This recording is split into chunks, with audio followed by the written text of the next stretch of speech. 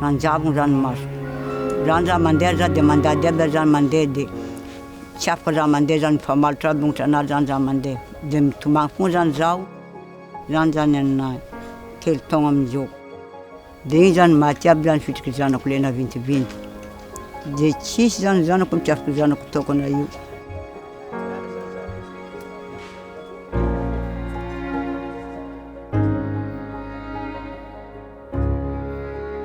Arabim-boagna jiaby le avy amin'ny maso aby jiaby rehetra.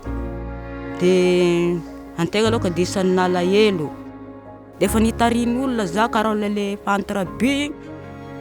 Dia sarotra migna. Dia tsy mahay an'io dia asa ankoraka atao mandrimby vola. Dia antegna zany tsy mahavita dia malahelo. Ka mikandra dia manasa zegny raha fandrahoam-bola sy. Fifaliagna takionko ny salany hoe sagnatria ohatra hoe tsy nigadra na nagnino fa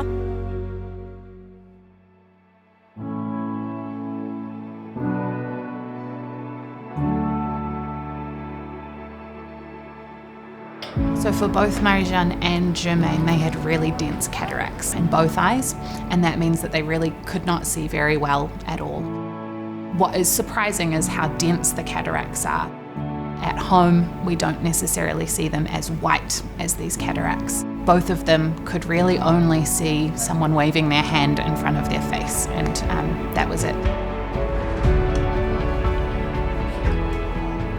So both Marie-Jeanne and Germaine today had their eye patches removed after receiving surgery yesterday, and we were able to witness the moment that they first saw each other, which was really special.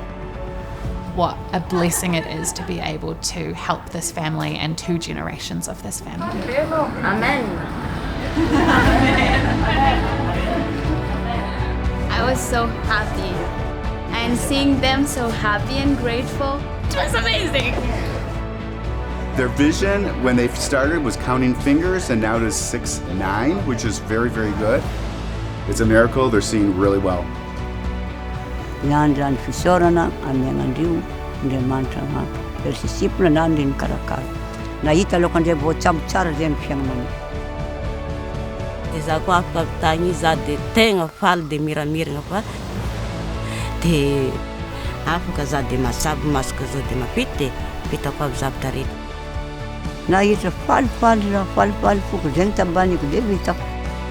Dia hoe dia mankasitrika sy midera ny anarany na mesesisipa me zany na zareo avandavy fa dia zao zay dia afaka ny fahoriagna dia misaotra betsaka ten'Andriamanitra eo anaty an'Andriamanitra.